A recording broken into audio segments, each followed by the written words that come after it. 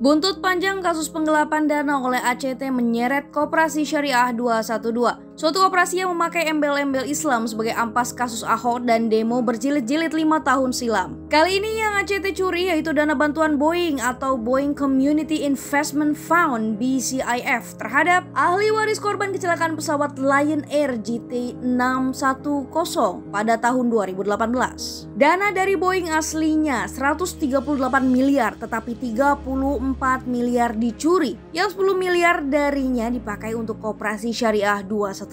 Namun tidak lama pihak 212 memberi tanggapan. Wakil Sekretaris Jenderal Persaudaraan Alumni PA 212, Novel Bamukmin mengatakan PA 212 tidak mempunyai kaitan dengan ACT. Menurutnya PA 212 punya lembaga kemanusiaan sendiri. Lebih jauh, nomor rekening milik kelembagaan kemanusiaan PA 212 itu juga terhubung langsung pada sekretariat PA 212.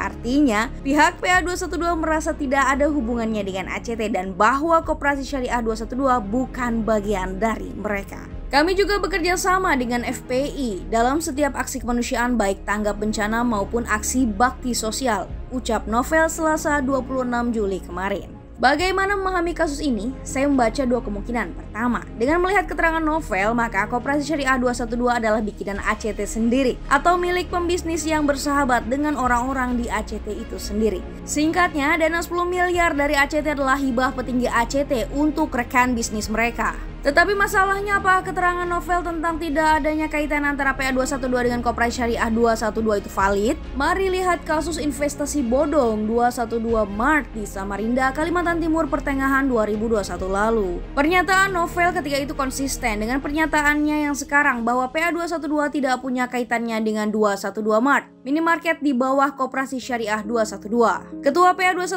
Slamet Ma'arif juga memberikan keterangan yang sama. PA 212 tidak punya hubungan meskipun namanya mirip. Jadi secara organisasi dan kegiatan tak ada kaitannya, kata Slamet Kamis 6 Mei 2021. Kedua, dengan melihat para aktor Operasi Syariah 212 terbaca bahwa koperasi berembel-embel Islam tersebut memang bukan dari PA 212, namun menggunakan simbol 212.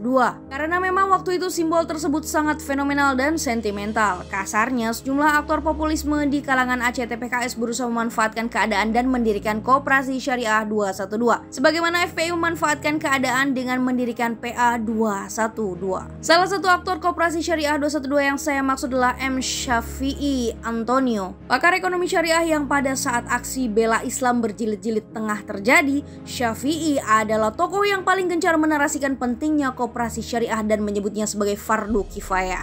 Pada saat yang sama, ekonom tersebut punya kedekatan dengan ACT PKS. Jadi, pada saat Koperasi Syariah didirikan, 212 lagi terjadi. Maka simbol itu disematkan, Koperasi Syariah 212. Sudah jelas bukan? Sampai di situ dipahami bahwa 212 diadopsi oleh dua kepentingan, Koperasi Syariah dengan kepentingan ekonomi berembel agamis dan PA 212 dengan kepentingan politik berembel-embel umat Islam. Pertanyaannya, siapa yang mengeksploitasi Islam di antara mereka? Jawabannya adalah keduanya. Masing-masing punya agenda dan kepentingan. Islam tak lebih dari sekedar umpan, dan bagi ACT dan Koperasi Syariah 212, Islam sekedar simbol mencari cuan. Merekalah maling-maling agamis. Setelah analisis di atas, yang terpenting bukanlah siapa yang paling benar di antara Koperasi Syariah 212 dengan PA 212, bahwa keduanya memenuhi kedua bidang yang berbeda. PA 212 tidak dapat disangkal sebagai aktor politik populisme, sementara ACT dan Koperasi Syariah lebih sebagai penjahat ekonomi populis. Kesamaan keduanya ialah pada kesadaran akan pentingnya posisi umat Islam yang bisa dimanfaatkan untuk kepentingan ekonomi dan politik.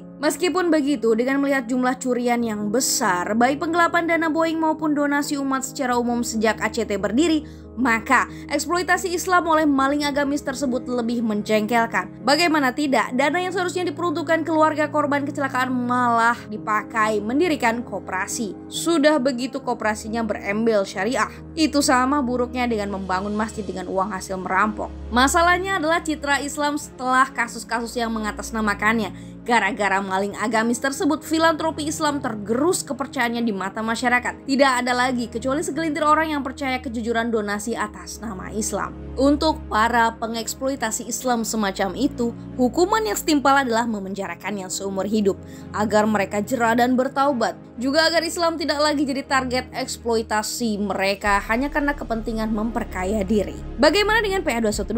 Harus diakui bahwa jika FPI mempunyai dana filantropi juga sebagaimana diakui novel Bak Mumin, mereka pasti lebih jujur dari gerombolan ACT-PKS. Dari PA212 sendiri yang perlu dikhawatirkan bukanlah potensi mereka untuk menggelapkan dana seperti ACT, melainkan aksi-aksi politisnya yang diorientasikan untuk merebut pemerintahan dengan cara memainkan politik identitas yang riskan bagi persatuan dan menyemarakkan intoleran. Namun begitu, semua maling agamis tadi memang wajib diberantas, mau itu maling umat Islam maupun maling suara umat Islam. Mereka sama-sama mengeksploitasi Islam. Karena itu mulai dari kepolisian hingga tokoh masyarakat perlu bersinergi untuk menyelamatkan umat Islam secara ekonomi politik. Jangan sampai dana umat digelapkan lagi oleh maling-maling agamis dan jangan sampai juga suara politik umat dicuri untuk tujuan perebutan kekuasaan. Eksploitator Islam wajib diberantas. Wallahu a'lam bishawab.